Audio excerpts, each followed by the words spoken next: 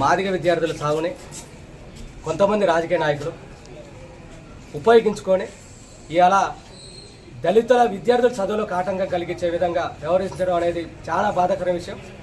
College యాజమాన్యం నిర్లక్ష్యం వల్ల ఈరోజు మాదిగ విద్యార్థి చనిపోతే ఆ మాదిగ విద్యార్థి చావుకు కారణమైనటువంటి వాళ్ళ మీద ఎటువంటి చర్యలు తీసుకోపోగా ఆ కాలేజీ యాజమాన్యంలో ఉన్నటువంటి ప్రతి ఒక్కరి యొక్క నిర్లక్ష్యాన్ని కనీసం చెప్పకుండా ఈరోజు ఇక్కడ ఉన్నటువంటి ప్రజాప్రతినిధులు వ్యవహరించడం అనేది చాలా బాధాకర విషయం.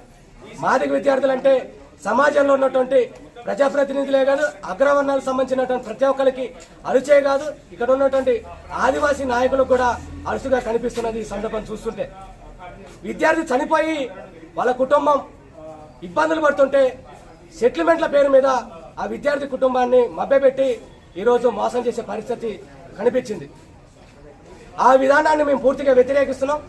కనీసం ఇక్కడ పొద్దున్న నుంచి ఇక్కడ యాజమాన్యం సంబంధించినటువంటి వివరణ ఇవ్వమని చెప్పేసి ఇక్కడ మేము ధర్నాలు చేస్తున్నా, వాళ్ళని రిక్వెస్ట్ చేస్తున్నా, కనీసం ఇక్కడికి వచ్చి మాట్లాడకపోగా సెటిల్మెంట్ల పేరు మీద బయట సెటిల్మెంట్ చేసి కుటుంబాన్ని ఆదరిస్తారని చెప్పేసి కళ్ళబుళ్ళు కబుర్లు చెప్తూ విద్యార్థి మృతిని డబ్బుకి అమలు చేసే ప్రయత్నం చేస్తున్నారు. దీన్ని ఎంఆర్పిఎస్గా తీవ్రంగా ఖండిస్తున్నాం.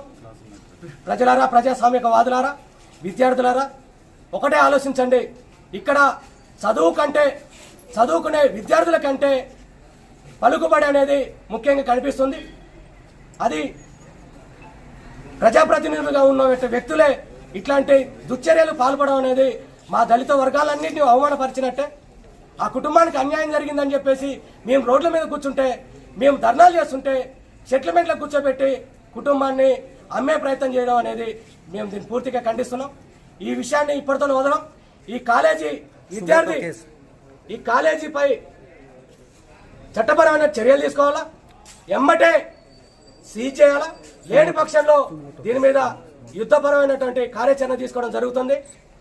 దీన్ని సుమోటోగా తీసుకొని, విద్యార్థి మృతిని సుమోటోగా తీసుకొని ఈ యాజమాన్యం ఎవరైతే ఉన్నారో బాధ్యులు 10 మంది వాళ్ళందరి మీద చట్టపరమైన చర్యలు తీసుకొని వాళ్ళందరికీ శిక్ష పడాలని చెప్పేసి మేము ఎంఆర్పిఎస్గా డిమాండ్ చేస్తున్నాం. ఇక్కడ బాధాకర విషయం ఏంటంటే విద్యార్థి ఇక్కడ చనిపోతే విద్యార్థి చదువు సంబంధించినటువంటి చనిపోయిన ఇక్కడ యాజమాన్యం నిర్లక్ష్యం ఎక్కడ కనిపిస్తున్నది మనం చూస్తున్నాం. విద్యార్థులకు క్లాసులు నిర్వహించడం, విద్యార్థులు చనిపోయిన కనీసం మౌన పాటించబడం అనేది ఒక మాదిగ విద్యార్థికి ఇచ్చే గౌరవం అనేది మేము కళ్ళారా కనిపిస్తున్నది. ప్రజలారా, మీరు ఇట్లాంటి దుశ్చర్యలు పాల్పడ్డటువంటి యాజమాన్యం పైన మీడియా పత్రికా ప్రకటనగా మేము ఒకటి అడుగుతున్నాం. విద్యార్థి చనిపోతే డబ్బులు ప్రధానం కాదు.